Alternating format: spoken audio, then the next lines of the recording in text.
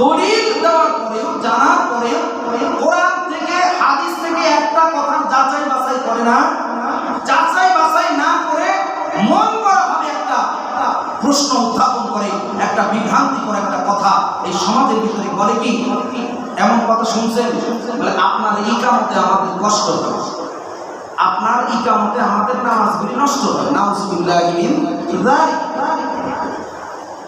ইকামতে নামাজ নষ্ট হয়, ইকামত দিলে নামাজ নষ্ট হবে।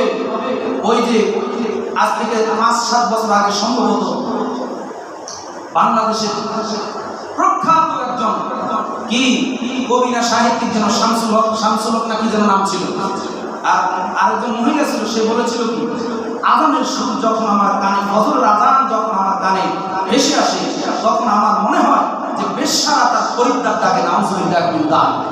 বুঝতে পেরেছিলেন কিনা? আসলে না ভুলে গেছেন যে ফজরের আযান যখন আমার কানে ভেসে আসে, তখন আমার মনে হয় যে বেশ্যারা তার খরিদ্দার ডাকে, নাউযুবিল্লাহি মিন যালিক।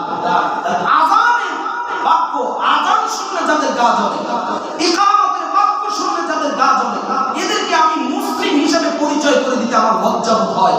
কারণ কি, ওয়াক্ত জানে না, এক সালাতের ওয়াক্ত জানে না, নামাজটাকে জানে শুধুমাত্র, কিন্তু নামাজের ওয়াক্ত জানে না। নামাজ কি যখন তখন পড়লেই হবে নাকি? আল্লাহ সুবহানাহু ওয়া তাআলা 5 ওয়াক্ত সালাতকে এক একটা সময়ে নির্ধারণ করেছেন। আপনি যদি পবিত্র কোরআনুল কারীম পড়েন, তাহলে আল্লাহ তাবারক ওয়া তাআলা তিনি বলছেন, ইন্নাস সালাতা কানাত আলাল মুমিনিনা কিতাবান মাওকুতা, নিশ্চয়ই আমি এই নামাজ, নিশ্চয়ই আমি সালাতকে মুমিনদের জন্য নির্ধারিত সময়ে, নির্দিষ্ট সময়ে আদায় করা ফরজ করেছি। সুবহানাল্লাহ।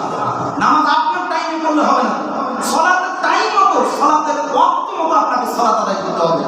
সেই ওয়াক্ত মোতাবেক যখন এই খানজামে মসজিদে আযান হয়, বরঞ্চ একটু দেরি করে মধ্যস্থতা অবলম্বন করার চেষ্টাও যদি করা হয়, তখন সেই আযান নিয়ে সমাজের ভিতরে বিরূপ মন্তব্য, বিরূপ একটা প্রতিক্রিয়া সৃষ্টি করে।